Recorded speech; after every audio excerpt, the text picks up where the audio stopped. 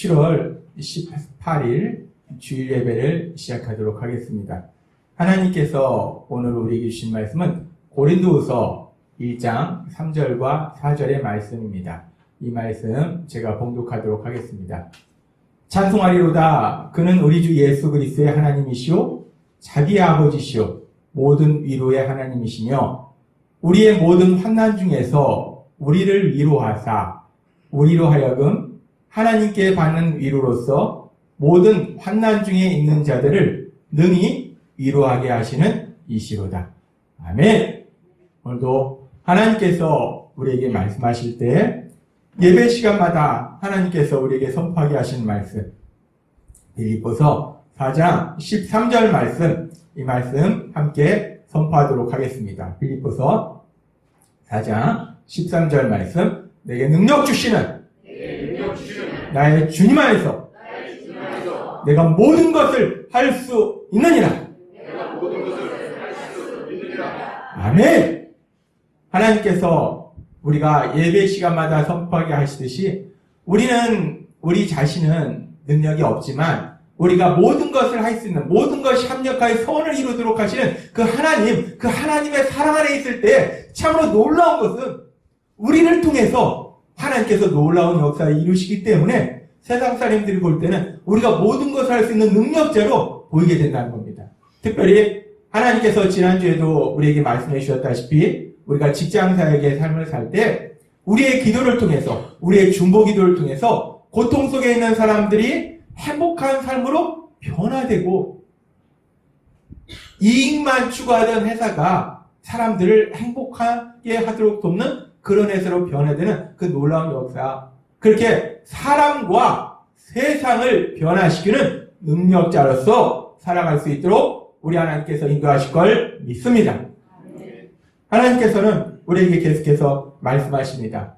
우리가 예수님을 구주와 주님으로 믿음으로 인해서 구원받았을 때 우리의 가장 큰 목표는 물론 우리가 예수님을 믿고 질병도 치료되고 물질의 문제도 해결되고 인간관계의 문제들도 해결되고 그런 많은 역사들이 일어나지만 그러나 진짜 가장 중요한 건 무엇이냐? 우리가 가장 중요한 걸 알아야 돼요. 가장 중요한 게 무엇인지를 정확하게 알아야지 신앙생활 속에서 이런저런 일을 만날지라도 절망하지 않는다는 겁니다. 가장 중요한 거. 하나님이 계속해서 우리를 어느 방향으로 데려가시는가? 우리 예수님을 닮도록 하신다는 거예요. 우리가 예수님을 믿는다는 거, 예수님을 믿었던 사람이 병자를 치료했다. 파산이 됐었는데 부자가 됐다. 물론 그런 역사가 일어납니다. 그런데 그것보다 더 중요한 건 뭐냐면 예수님을 믿는다. 예수님을 닮아간다는 거예요. 예수님을 안 닮아가면요. 귀신 들렸다 귀신이 나가고 다 죽어갔다 살아나고 파산됐다가 부자가 됐어도 그것은 예수님을 믿는 것이 아니라는 거예요.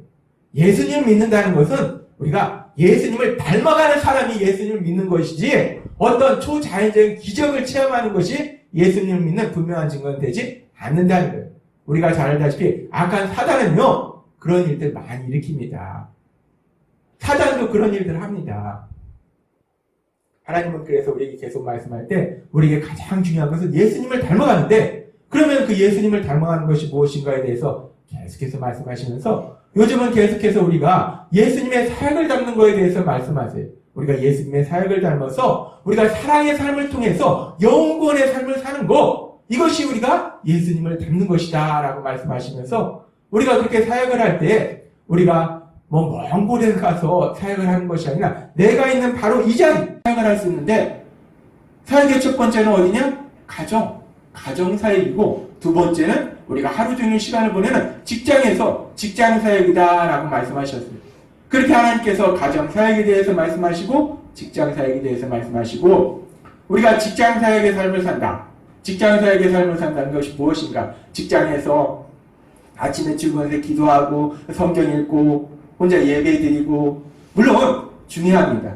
근데 직장 사역의 삶을 산다는 것이 구체적으로 우리가 어떻게 사는 것인가? 세상 사람들과 다르게 어떤 삶을 사는 것이 우리가 직장 사역의 삶을 사는 것인가? 하나님이 그 부분에 대해서 우리가 그런 삶을 살아야 되기 때문에 구체적으로 하나하나 말씀해 주실 때 직장 사역의 삶을 산다. 그것은 우리가 크게 네 가지를 생각해 볼 수 있는데 두 가지에 대해서 말씀해 주셨습니다. 첫 번째는 뭐냐면 직장사역의 삶을 산다. 직장에서 일을 하면서 우리가 사역을 감당한다는 것은 직장에서 뭐 하러 갑니까? 일하러 갑니다. 따라서 우리가 하는 일을 성실하게 최선을 다해서 해서 그 일을 통해서 사람들이 행복하도록 도와주는 거, 그것이 직장사역의 삶을 살 때 가장 기본적인 부분이라는 거예요. 일 안 하고 대충대충 하고 직장사역의 삶을 살 수 없다는 거예요. 그래서 예수님을 진짜 믿는 사람은요, 직장에서 인정받을 수밖에 없습니다. 왜? 성실하게 최선을 다해서 자신이 일을 하니까 인정받을 수밖에 없다는 거예요. 예수님을 믿는데 대충대충 일하고 시간 나면 놀고, 그는 예수님을 믿는 게 아니라는 거예요. 그래서 직장사역의 삶을 산다. 첫 번째로 내가 하는 일을 성실하게 최선을 다해서 그 일을 통해서 사람들이 행복하도록 도와주는 거, 그것이 직장사역의 삶을 사는 것이고, 두 번째는 우리가 그렇게 직장사역의 삶을 살 때 내 힘으로 하는 것이 아니라는 거예요. 우리가 하나님 나라의 삶을 살 때 신나는 것은 내 힘이나 내 노력이 아니라 하나님이 우리에게 능력을 주신다는 거예요. 무엇을 통해서? 기도를 통해서. 그래서 직장사역의 삶을 살 때 우리에게 또 말씀하시는 건 뭐냐면, 우리가 중보기도자로서 살아가는 거, 그것이 직장사역의 삶을 사는 것이다 라고 말씀하십니다. 그래서 우리가 기도할 때 세 가지를 위해서 기도하는데, 먼저는 나 자신을 위해서 기도해요. 나 자신에게 하나님이 지혜 주셔서 일을 잘할 수 있게 해달라고. 물론 내가 열심히 공부하고 연구해서 내 나름대로 그 일에 대해서 노하우를 기르고 많은 지식을 구하지만, 거기에 하나님께 지혜를 구해서 하나님이 주신 지혜로 정말 그 누구보다도 뛰어난 그런 일의 결과를 나게 해달라고 하나님께 지혜를 구하는 겁니다. 그리고 두 번째는 회사를 위해서 기도하는 거예요. 회사가 이익만 많이 나는 회사, 물론 이익을 많이 내는 거 중요합니다. 맨날 적자 나면 어떡합니까? 적자 나면 내가 회사 다니기도 미안하잖아요. 회사가 이익이 많이 나야 돼요. 근데 그것보다 더 중요한 것은 단순히 이익만 많이 나는 것이 아니라 회사가 하는 일이 사람들을 행복하게 하는 그런 일이 되게 해달라고. 우리가 가끔 뉴스에 보면은 회사는 돈을 버는데 사람들을 행복하게 하는 게 아니라 사람들을 고통 속으로 밀어넣는 그런 회사들이 있잖아요. 눈물 흘리게 하잖아요. 그런 회사가 아니라 내가 다니는 회사가, 내가 하는 사업이 사람들을 행복하게 해주는 그런 사업이 되게 해달라고, 그런 회사가 되게 해달라고 우리가 기도하는 것이고, 세 번째는 우리가 그렇게 직장에서 일을 하면서 만나는 사람들의 삶 속에 참된 행복이 임하도록 해달라고 기도하는 것. 그래서 우리가 직장사역의 삶을 산다는 것은 그렇게 중보기도자로서 살아가는 것, 그것이 우리가 직장사역의 삶을 사는 겁니다.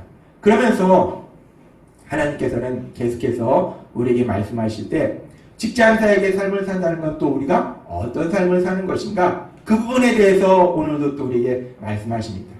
직장사역의 삶을 산다는 것은 우리가 직장에서 일을 하면서 만나는 사람들을 사랑하는 거, 그것이 바로 사역이에요. 그렇다면은 하나님이 우리에게 말씀하셨어요. 우리가 사랑할 때 그 사랑을 구체적으로 어떻게 표현하는가, 하나님의 말씀의 기준으로 그 사랑을 어떻게 표현하는가, 하나님이 우리에게 말씀할 때 사랑을 표현하는 것은 기도하는 것이고 또 인정해 주는 것이고 선한 말을 하는 것이다 라고 말씀하셨어요. 그러면서 우리가 인정해 준다는 것은 첫 번째로 가장 우선적으로 하나님 우리에게 가정사역에서도 말씀해 주셨지만, 우리가 무엇을 인정해 주는가? 먼저 그 사람의 감정을 인정해 준다는 것. 우리가 세상을 살다 보면 누구나 힘들고 어려운 일을 만납니다. 이번 주간에도 제가 너무나 마음이 아프고 너무나 마음이 아파서 전화를 끊은 다음에 밥을 먹었는데 체했어요. 너무 마음이 아프니까 먹은 게 얹히더라고요. 너무 마음이 아파요. 계속 기도했어요. 너무 마음이 아파서. 너무 마음이 아파서. 우리가 세상을 살다 보면 그렇게 누구나 너무 마음이 아픈 일들이 일어났어요. 누구나의 삶 속에 그런 일들이 일어납니다. 근데 우리가 그런 일들을 듣게 된다는 거예요. 그렇게 마음 아파하는 사람을, 그 마음을 알게 된다는 겁니다. 제가 이번 주간에 전화를 통해서 알게 된 것처럼 그렇게 누군가 너무 아픈 일을, 너무 마음 아파하는 것을 우리가 알게 된다는 거예요. 그랬을 때 우리가 사랑의 삶을 산다는 것은 그 사람의 그 아파하는 그 마음, 그 감정을 인정해 주는 것, 그것이 우리가 사랑하는 삶이다 라고 하나님 우리에게 말씀하신다는 거예요. 그래서 우리가 직장 사역의 삶을 사는 거, 그 세 번째는 우리가 직장에서 일을 하면서 만나는 사람들의 삶 속에 아픔이 있을 때 그 아픔을 인정해주고 따뜻한 선한 말로 위로해주는 위로자로서 살아가는 것, 그것이 우리가 직장 사역의 삶을 사는 것이다 라고 하나님이 우리에게 말씀하십니다. 우리가 직장에서 일을 할 때 우리 동료도 그렇고 상사도 마찬가지예요. 제가 얼마 전에도 간증을 들었는데 자기 직장 상사의 삶 속에 위기가 슬픈 일이 있었던 그 일에 대해서 또 그 과정 속에 어떻게 그분의 삶이 위로받았는지 그런 간증을 들었는데 아무리 직책이 높아도 힘들고 마음 아픈 일이 있습니다. 부하 직원도 그렇고 우리가 그런 분들의 아픔, 그리고 또 우리가 직장이나 사업장에서 일을 할 때 만나게 되는 고객들의 그런 마음의 아픔, 그런 분들의 마음의 아픔을 위로해주는 위로자로서 살아가는 것, 그것이 직장사역의 삶을 사는 것이다 라고 오늘 세 번째 그 직장사역의 구체적인 모습에 대해서 우리에게 말씀해 주십니다. 요즘 제가 가끔 보는 TV 프로그램 중에서 가끔 머리 식힐 때 제가 TV를 보는데 그 프로그램 중에서 아주 감동적인 프로그램이 있어요. 이 슬기로운 의사생활이라는 프로가 있는데 이 프로가 아주 감동적인 내용이 많이 나오더라고요. 사람의 마음을 굉장히 따뜻하게 해요. 이 프로가 예수님 믿는 사람들의 그런 이야기가 아니에요. 그냥 평범한 사람들의 이야기인데 이 작가가 이야기를 아주 감동적인 그런 이야기들을 많이 쓰는 것 같아요. 거기 얼마 전에 제가 봤던 내용 중에서 연우 엄마에 대한 이야기가 있었어요. 이 연우 엄마니까 자녀 이름이 연우겠죠. 근데 이 연우가 병원에서 태어났어요. 근데 온전한 모습으로 태어나지 못했어요. 병원에서 태어나서 병원 밖을 나가보질 못했어요. 태어나자마자 바로 병원에 계속 있으면서 3년 동안 소아외과에서 이 수술도 하고 저 수술도 하고 끊임없는 치료를 했는데, 그렇게 3년을 치료했는데 그럼 치료하고 애가 치료돼서 퇴원했어야 되는데 너무나 마음 아픈 것은 그렇게 치료하다가 결국은 이 땅을 떠났어요. 이 연우 엄마가 그렇게 아이가 떠났는데, 그래서 이제 엄마는 아이가 떠났으니까 병원에 있을 필요가 없습니다. 그래서 자기 집으로 갔어요. 근데 이 연우 엄마가 아이가 세상을 떠난 이후 시간이 많이 지났는데도 수시로 병원에 오는 거예요. 수시로 병원에 와서 그 연우를 치료했던 그 담당 의사였던 레지던트였던 그 장겨울 선생님이라는 사람하고 얘기를 합니다. 분명히 아이는 이 세상을 떠났는데 병원에 올 일이 없는데 이 엄마가 왜 그렇게 병원에 자주 오는가? 하도 자주 오니까 간호사분 중에 한 분은 의심을 하기 시작하는 거예요. 혹시 저분이 뭔가 아이의 치료에 대해서 병원이 잘못한 걸 찾아서 고소하려고 하는 거 아닌가? 이런 생각을 해요. 그럴 수도 있을 것 같아요. 아이가 3년을 치료받았는데 결국 이 세상을 떠났으니까. 너무 억울하니까. 그래서 뭔가 고소하려고 고소거리를 찾으려고 저렇게 자주 오는 것이 아닌가. 이 간호사 선생님이 그런 의심을 해요. 근데 이 장겨울 선생님이라는 분이 도대체 이해가 안 가는 거예요. 왜 아이는 세상을 떠났는데 왜 이 엄마가 한두 번도 아니고 수시로 왜 병원에 찾아오는가? 왜 수시로 찾아와서 자기를 만나는가? 도대체 뭔가 이해가 안 가는 거예요. 그래서 어느 날은 이 병원에서 같이 동료로 의사로 있는 이 교수님한테 조언을 구합니다. 이러이러한 상황이라서 이렇게 자주 찾아오는데 도대체 제가 어떻게 해야 될지 모르겠습니다. 난감합니다. 조언을 구해요. 그러니까 이 교수님이 참 마음이 따뜻합니다. 이 교수님이 이렇게 얘기하는 거예요. 연우 엄마는 연우 얘기하고 싶어서 오시는 거야. 다른 의도나 용건은 없어. 아이에 대해 기억할 사람이 아무도 없잖아. 친척들도 첫 해 한두 번 정도만 봤을 거고, 어린이집도 안 다녔으니까 선생님도 없고, 태어나자마자 병원에 쭉 있었으니까 병원 밖에서 아이를 기억하는 사람이 아무도 없어. 그렇겠죠. 태어나자마자 3년을 병원에 계속 있다 세상을 떠났는데 친척들도 한두 번 와서 봤을 뿐이지. 그러니까 이 아이를 기억하는 사람이 없다는 거예요. 엄마 입장에서는 아이에 대해 얘기하고 싶은데 대화할 사람이 없어. 오랫동안 아이를 봐왔던 담당 의사랑 간호사 빼고는. 이 의사 선생님하고 간호사만 그 3년을 이 아이를 지켜봤지 그 누구도 이 아이를 본 사람들이 없는 거예요. 친척들도. 그러면서 얘기합니다. 다음에 또 오면 겨울이가 따뜻하게 차 한잔으로 대접해드려 라고 얘기합니다. 그래서 이 교수님의 조언대로 또 그 엄마가 찾아왔을 때 이 장겨울 선생님이라는 분이 엄마에게 얘기합니다. 차 한잔 하자고. 그러면서 이 장겨울 선생님이 이 엄마에게, 연우 엄마에게 이렇게 말합니다. 연우 어머니, 제가 많이 무뚝뚝해요. 말주변도 없고 위로의 말도 잘 못하고. 사실 이분이 캐릭터를 보면 말을 잘 못해요. 무뚝뚝합니다. 무뚝뚝해요. 말주변도 없고 위로의 말도 잘 못하고. 그래도 연우 얘기하고 싶으시거나 연우 생각이 나시면 언제든지 저한테 오세요. 연우에 대해서 제가 연우 어머니만큼 잘 알잖아요. 어디 가셔도 저만한 말상대 찾지 못하실 거예요. 이 장겨울 선생님이라는 분이 참 말은 어떻게 보면 서툴고 그렇지만 그 안에 사랑이 가득 담긴 그 말로 이 연우 어머니에게 말합니다. 그러니까 연우 어머니가 이렇게 얘기해요. 선생님, 여기 오면요 사람들이 절 연우 엄마라고 불러요. 저 그 말이 너무 좋아요. 이제 애가 없으니까 아무도 제가 연우 엄마인지 몰라요. 근데 여기 오면 다들 저를 연우 엄마라고 불러줘요. 내 배 앞 10달을 그렇게 배에 붓고 그래서 낳고 3년을 얼마나 눈물을 흘렸겠어요. 그 아이를 위해서 눈물을 흘리고 눈물을 흘렸던 그 아이. 3년을 살았지만 어떻게 보면 그 엄마의 그 자녀에 대한 그 마음은 10년, 20년 이상을 산 그 아이보다 더 많이 그 아이에 대해서 마음을 품었던 그 아이. 그 아이의 엄마이고 싶은 거예요. 남들은 아픈 일인데 빨리 잊으라고 하는데요. 우리가 사실 그럽니다. 누군가 슬픈 일이 있을 때, 마음 아픈 일이 있을 때 우리가 위로한다고 그런 얘기 많이 해요. 잊어버려. 연우 엄마도 주변에서 그랬을 거예요. 잊어버려. 너무 큰 고통이니까 빨리 잊고 그 고통에서 벗어나라고 사랑해서 그런 얘기 할 거예요. 남들은 아픈 일인데 빨리 잊으라고 하는데요. 저는 우리 연우 빨리 잊고 싶지 않아요. 세상에 너무 잠깐 있었던 아이잖아요.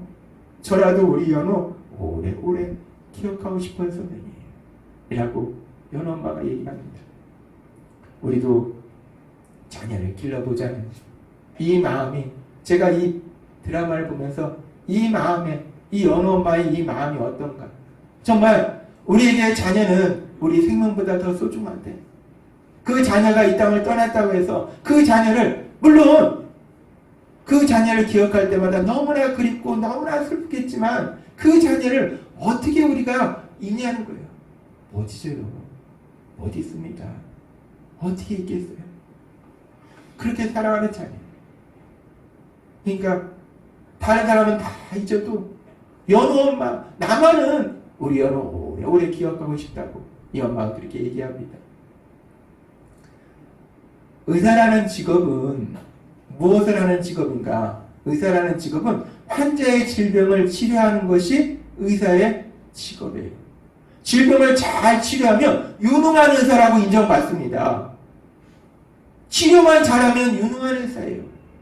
근데 지금 이 드라마에서 이 의사 선생님은 이제 연우는 이 땅을 떠났기 때문에 의사로서의 역할을 다 했어요. 의사로서 할 역할이 없습니다. 그런데도 불구하고 지금 오늘 우리가 들은 이 드라마의 내용처럼 이 의사 선생님은 환자 가족, 환자 엄마의 그 마음의 아픔, 그 마음의 아픔까지도 위로해 주더라는 거예요. 얼마나 그 사랑하는 딸을 그 짧은 시간에 함께했던 그 사랑하는 딸을 먼저 보낸 그 그리움이, 그 아픔이 얼마나 큰지. 그래서 얘기하고 싶으면 언제든지 나한테 와서 이 땅에 지금 없지만 지금은 다른 세상에 간 그 연우에 대해서 얘기하자라고 위로해 주더라는 겁니다. 제가 이 드라마를 보는데 드라마인데 너무 마음이 따뜻해지는 거예요. 너무 감동적인 거예요. 우리가 직장사역의 삶을 살면서 위로자로서의 삶을 산다는 것은 바로 이런 삶을 사는 것이 위로자로서 삶을 사는 것이 아닌가. 우리가 직장에서 일을 하면서 만나는 사람들 속에서 누군가 마음의 아픔이 있는 그런 사람들을 우리가 만나게 된다는 거예요. 사실 사람들이요, 웃고 있어도요, 웃고 있는다고 그 사람이 행복한 게 아닙니다. 우리가 알잖아요. 웃고 있는다고 그 사람이 모든 게 너무 잘 돼서 행복해서 웃는 게 아니에요. 어떤 때는요, 너무 슬픈데 울 수 없어서 웃는 경우도 많이 있습니다. 우리 주변에는 그렇게 마음 아파하는 사람들이 많이 있어요. 우리가 일을 하면서 그렇게 마음 아파하는 사람들을 만났을 때 우리가 그 마음 아파하는 그 마음의 아픔을 들어주는 거, 그냥 단순히 들어만 주는 거, 그것도 큰 위로가 될 수 있다는 거예요. 그렇게 아픔을 들어주고 얼마나 힘들었냐고,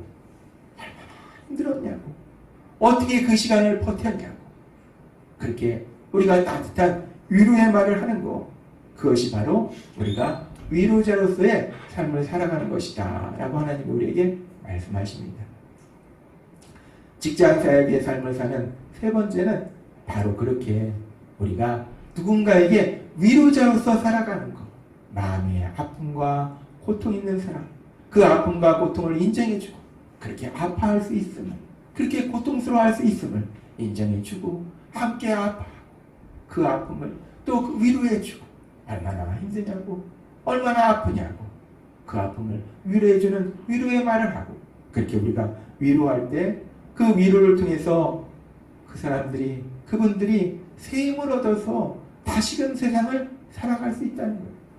우리가 직장생활하면서 우리의 동료 중에서도 그렇게 아픔이 있는 분들도 있고요, 상사도 그렇고 부하 직원도 그렇고 또 우리가 만나는 고객도 그렇고, 요즘은 그래도 세상이 많이 바뀌어서 이 마음이 아프면 치료받으러 다니는 사람도 많이 있습니다. 그만큼 힘든 거예요. 내가 어디에서도 그 아픔을 풀 수 없기 때문에 치료받으러 다니기도 해요.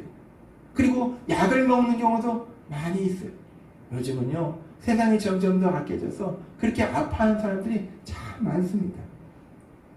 우리가 직장에서, 사업장에서 일을 하면서 세상 사람은 단순히 어떤 거에다가 내 에너지를 다 쏟는가? 돈을 많이 벌려고 몸부림친다는 거예요. 승진하려고 몸부림친다는 거예요. 그런데 하나님은 우리에게 말씀하십니다. 단순히 돈이 아니라, 승진이 아니라, 우리가 우리를 위하여 십자가에 예수님을 내어주신 그 하나님의 사랑, 그 사랑으로 우리를 사랑하신 그 하나님의 말씀대로 우리가 그렇게 사람들의 마음의 아픔을 위로하는 위로자로서 살아갈 때 우리 삶 속에는 하나님의 하신 그 놀라운 역사들이, 기적들이 일어나게 될 걸 믿습니다. 주변 사람도 깜짝 놀라는, 아니 어떻게 그런 일이 일어나는 놀라운 기적을 풍성하게 체험하게 될 걸 믿습니다. 하나님은 누가복음 17장 33절에서 이렇게 말씀합니다. 누구든지 자기 목숨을 보존하려고 애쓰는 사람은 잃을 것이요 목숨을 잃는 사람은 보존할 것이다 라고 말씀합니다. 목숨을 보존하려고 애쓰는 사람, 자기를 위해서 사는 사람, 자기를 위해서, 오로지 자신을 위해서 사는 사람은 모든 것을 잃는다는 거예요. 그런데 목숨을 잃는 사람이라는 건 뭐냐? 내가 뭐 자살하는 걸 얘기하는 게 그게 아니라, 목숨을 잃는다는 것은 내 목숨보다 무엇인가를 더 소중히 여기는 거, 우리 하나님을, 우리 예수님을 더 소중히 여기고 하나님 나라를 더 소중히 여기는 거, 하나님을 위해서 살고 하나님 나라를 위해서 사는 거예요. 하나님 나라를 위해서 사는 사람은 생명을 보존한다는 거예요. 하나님이 그 사람을 지켜주신다는 겁니다. 그러면서 누가복음 18장 29절과 30절은 이렇게 말씀하세요. 예수께서 그들에게 말씀하셨다. 내가 진정으로 너에게 말한다. 하나님의 나라를 위하여 집이나 아내나 형제나 부모나 자식을 버린 사람은 아까 목숨을 잃은 사람이에요. 이 세상에서 여러 각절로 보상을 받을 것이고 또한 오는 세상에서 영생을 받을 것이다. 아멘. 그 하나님 나라를 위해서 사는 사람은 하나님께서 놀라운 역사를 체험케 하신다라고 말씀합니다. 그래서 이 누가복음 17장 33절과 18장 29절에서 30절 말씀을 합해서 결국 이 말씀이 어떤 말씀인가? 자신을 위하여 사는 자는 모든 것을 잃을 것이요 하나님을 위하여 사는 자는 하나님께서 모든 것을 풍성하게 채워주시리라 라는 말씀이라는 겁니다. 성경에 계속해서 나오는 진리가 바로 이 부분이에요. 자신을 위해서 살면은, 자신을 위해서 내가 돈 많이 모으고 권력을 잡으면 행복할 것 같지만요, 절대 그렇지 못하다는 겁니다. 그 삶은 고통으로 갈 수밖에 없다는 거예요. 모든 것을 잃는다는 거예요. 그런데 하나님을 위해서, 하나님 나라를 위해서 살아갈 때 하나님께서 모든 것을 풍성하게 주실 걸 믿습니다. 하나님이 오늘 우리에게 주신 말씀처럼, 따라서 우리가 직장사역의 삶을 살 때 위로자로서 삶을 살아가시는 여러분이 되시기를 바랍니다. 우리가 그렇게 사업장에서, 직장에서 일을 하면서 위로자로서의 삶을 살아가는데, 근데 문제는 우리가 생각으로, 우리 능력으로 위로자로서의 삶을 살 수는 없습니다. 사람은 참 연약해요. 참 어리석고 미련합니다. 우리가 누군가 마음 아파하는 사람이 있을 때 그 사람을 내 생각과 내 능력을 위로한다고 하는데, 그것이 위로가 되는 것이 아니라 오히려 반대로 그 사람에게 깊은 상처를 주는 경우가 많이 있다는 거예요. 우리가 주변에서 보잖아요. 누군가 날 위로한다고 얘기했는데요, 사실 그 말이 저를 너무 마음 아프게 했어요. 우리도 그런 일을 체험하고 우리 주변에 그런 일을 흔히 봅니다. 우리는 위로한다고 하는데 누군가 힘들고 어려울 때 그럽니다. 그 사람이 계속 그 일을 생각하고 있으면 건강이 안 좋아지니까, 아이 뭐 그런 거 가지고 그래, 빨리 잃어버려, 빨리 잃어버려. 나쁜 뜻 아닙니다. 위로하려고 계속 생각하고 있으면 건강이 안 좋아지려고, 안 좋아지기 때문에 염려돼서 하는 얘기예요. 그런데 너무 힘들고 고통스러운 그 상황 속에서 그 얘기가 야속하게 들리기도 하는 거예요. 지 일 아니라고, 지가 이렇게 안 아파봤으니까. 그 말이, 우리는 위로한다고 한 말이요, 때로는 상처받은 사람은 이미 그 마음이 너무 연약해서요, 작은 말에도 상처가 됩니다. 그 말이 칼처럼, 비수처럼 그 사람의 가슴 속에 찌를 수도 있더라는 거예요. 우리가 그렇게 연약하다는 겁니다. 그래서요, 진짜 큰 아픔에 있는 사람들을 위로할 때는요, 정말 조심하고 기도하고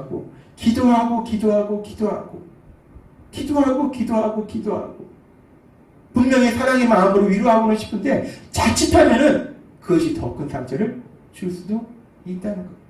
우리는 그렇게 어리석고 미련하다는 것.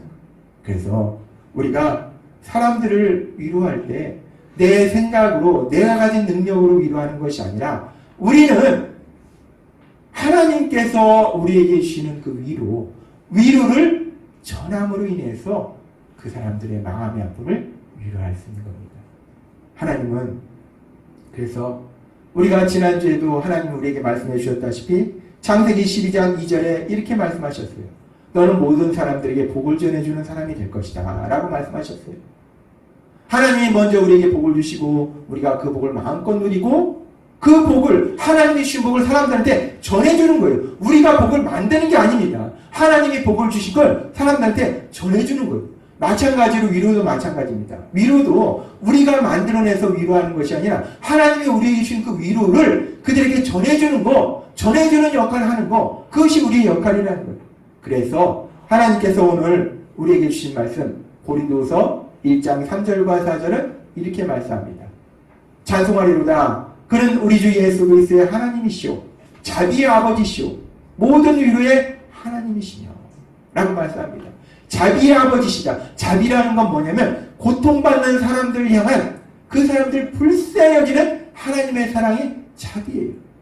하나님은 고통받는 사람들을 불쌍히 여기셔서 그들을 위로해 주시고 그 고통에서 구해 주신 하나님이시라는 거예요. 그래서 자비의 하나님이시고 위로의 하나님이시라는 거예요. 그러면서 계속 말씀합니다. 우리의 모든 환난 중에서 우리를 위로하사 우리로 하여금 하나님께 받는 위로로서 모든 환난 중에 있는 자들을 능히 위로하게 하시는 이시로다 라는 말씀합니다. 그렇습니다. 우리가 직장사역의 삶을 살면서 위로자의 삶을 살 때 내가 내 생각으로, 내 말로, 내 능력으로 위로하지 못합니다. 우리가 어떻게 위로하는가? 1장 4절의 말씀처럼 하나님께서 주신 그 위로를 전하는 삶을 산다는 거예요. 그런데 하나님께서 주시는 그 위로를 전하기 위해서 우리가 어떤 삶이 우리 삶 속에 있는가? 지금 보니까요, 하나님이 그냥 우리에게 위로를 주셔서 사람들을 위로하는 게 아닙니다. 이 말씀은 아주 묘합니다. 깊이 묵상하면 이 말씀이 얼마나 놀라운 진리를 품고 있는지 우리가 이 말씀의 진리를 깨달을 수 있어요. 우리의 모든 환난 중에서 우리를 위로하사, 우리의 모든 환난 중에서 우리를 위로하사, 우리로 하여금 하나님께 받는 위로로서 우리가 환난 중에 있는데 하나님이 우리를 위로해 주시는 거예요. 우리가 그 위로를 체험하는 거예요. 그래서 그 위로로서, 하나님께 받는 위로로서 모든 환난 중에 있는 자들 능히 위로하게 하시는 위로다 라고 말씀한다는 거예요. 그렇습니다. 우리가 누군가를 위로한다는 것은 내가 하나님께 받은 위로가 있다는 거예요. 어느 순간에 우리가 환난 중에, 우리가 힘들고 어려운 순간에, 눈물 나는 순간에, 너무나 슬픈 순간에 우리를 위로하신 그 하나님의 위로, 그 위로를 내가 체험한다는 거예요. 그 위로를 체험하고 내가 체험한 그 위로가 차고 넘쳐서 어느 순간에 나와 비슷한 아픔이 있는 사람을 위로할 수 있도록 우리 하나님께서 역사하실 걸 믿습니다. 이 말씀 속에는 두 가지 약속이 있는 거예요. 첫 번째, 우리가 삶 속에 힘들고 어려운 일 만나는데, 근데 그 힘들고 어려운 일 만날 때 우리 하나님이 반드시 우리를 위로해 줄 걸 믿습니다. 우리가 오늘도 부른 찬양 보면은 온 땅의 주인 대신 주님이 내 이름을 아시며, 온 땅의 주인 대신 그 주님이, 그 하나님이 내 이름을 아신다는 거예요. 여러분, 대통령이 여러분 이름을 압니까? 모릅니다.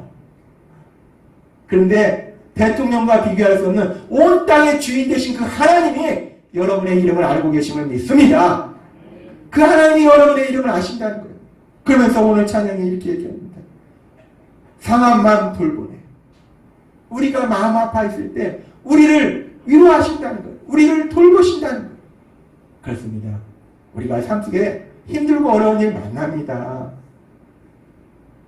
눈물 나는 일 만나요. 슬픈 일 만나요. 그런데 감사한 것은 그렇게 힘들고 어려운 순간에 우리를 사랑하시는, 여러분을 사랑하시는 하나님의 그 놀라우신 위로가 여러분의 삶 속에 풍성히 임할 걸 믿습니다.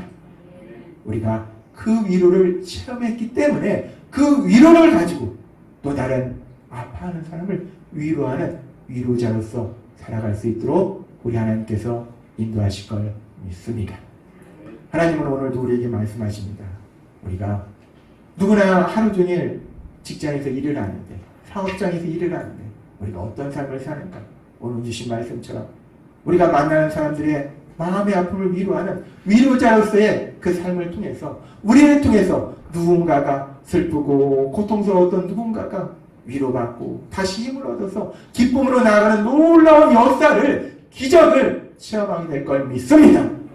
그렇게 하나님의 말씀대로 살아가신 여러분의 삶 속에 하나님이 하신 놀라운 역사들을 풍성하게 체험하시는 여러분이 되시길 주님의 이름으로 축원합니다. 기도하겠습니다. 하나님 아버지 감사합니다. 오늘도 주신 말씀처럼 우리가 세상 속에서 살아갈 때, 특별히 우리가 직장에서, 사업장에서 일을 할 때 우리가 어떤 삶을 살아야 되는지를 오늘 말씀해 주시고, 우리가 삶 속에 어떤 힘들고 어려운 일이 있을 때 반드시 우리를 위로해 주신다 말씀하신 그 주님, 그 위로를 통해서 또한 마음의 아픔에 있는 사람들을 위로할 수 있도록 위로자로서 살아가게 하시니 감사합니다.